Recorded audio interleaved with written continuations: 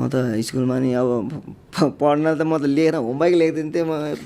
मेरो आडामा बस्नेलाई होइन 2 रुपियाँ 5 रुपियाँ दिएर होमवर्क ल्याउने कि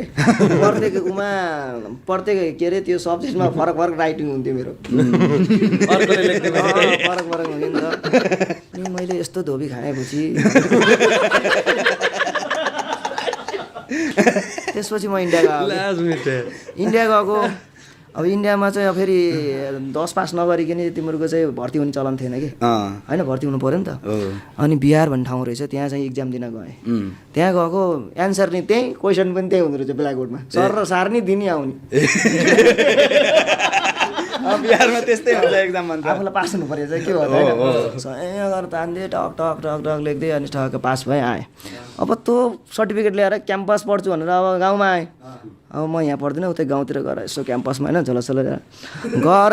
सर्टिफिकेट देखाएको त सरले यो चल्दैन भन्छ नि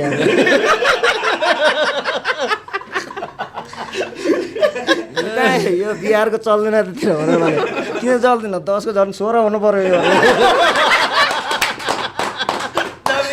होइन